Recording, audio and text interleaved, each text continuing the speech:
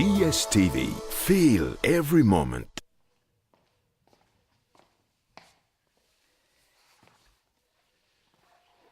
So hi guys, so we're gonna make a little video now telling the story of Catalunya, which I'm sure as you have heard went really well. So Catalunya was a really cool event. It was 7.5 hours drive to go to the circuit, so pretty damn long, and there was a big climate change arriving to Catalunya. The temperature was way higher than it should have been. We arrived there on the Wednesday, started testing on Thursday morning in a lot of heat. So the whole testing days were horrendous. The team and I worked really hard throughout the whole weekend to try to get the setup, because getting used to the new Yamaha is being quite challenging, and riding for the first time of my life on a circuit like Catalunya, which is very fast and a sort of GP track, was a big learning curve. The speed on the track is really fast, and the guys are really fast. I'm feeling more and more comfortable on the bike, but still not 100%, but the teams work really hard to make me feel as good as I feel now. Racing on Sunday, where the temperature outside was 35 degrees and the track 62 for most days of riding, and this with a suit on you working out on the bike is pretty hard. On the testing went really well.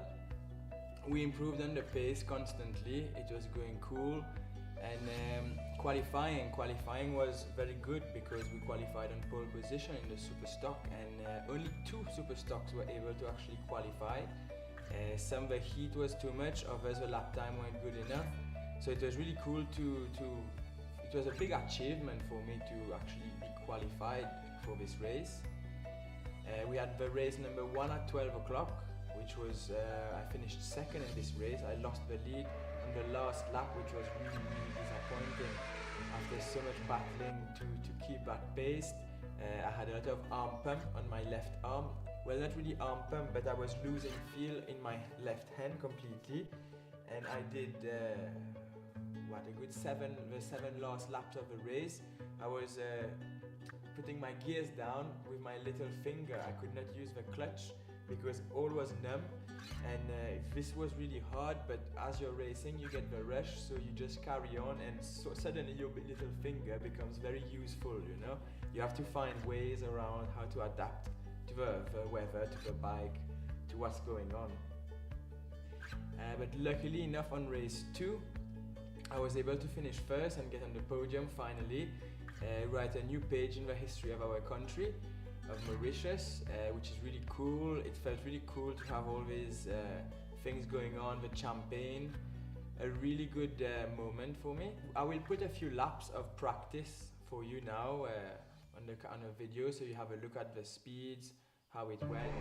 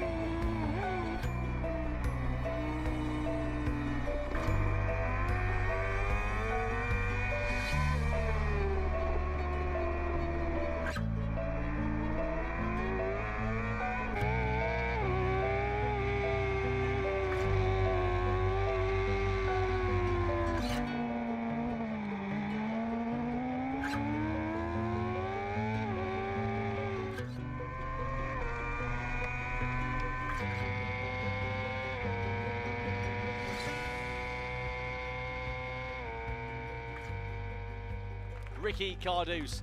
And there is the top podium finisher, Luke Mamet.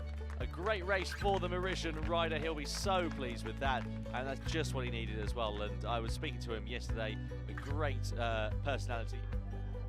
Just being congratulated by a few more members of his team, and now he will be down there for that Parc Ferme interview before the podium. Dakota is with the race winner in the European Moto2 Championship. Fantastic.